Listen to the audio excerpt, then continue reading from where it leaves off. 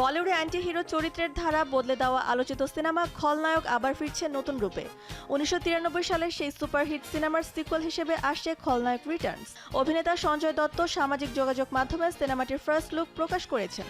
First লুকে ব্যবহার করা হয়েছে জনপ্রিয় গান খলনায়ক হু ম্যায় এর আবহ সঙ্গীত, যা ভক্তদের মাঝে নতুন করে উন্মাদনা তৈরি করেছে। ১৯৯৩ সালে মুক্তিপ্রাপ্ত মূল খলনায়ক পরিচালনা করেছিলেন সুভাষ ঘাই।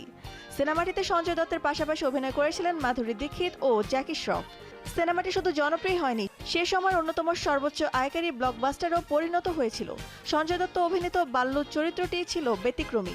তিনি শুধু একমাত্রিক ভিলেন ছিলেন না, চরিত্রটির মধ্যে ছিল আবেগ, ক্ষত আর মানবিকতার ছাপ। এই কারণেই বলিউডের সফল অ্যান্টি হিরো চরিত্রগুলোর মধ্যে এটি অন্যতম হিসেবে বিবেচিত হয়। এবার ৩৩ বছর পর নতুন প্রেক্ষাপটে বাল্লু কিভাবে ফিরে আসেন, সেটি এখন দর্শকদের সবচেয়ে বড় কৌতূহল।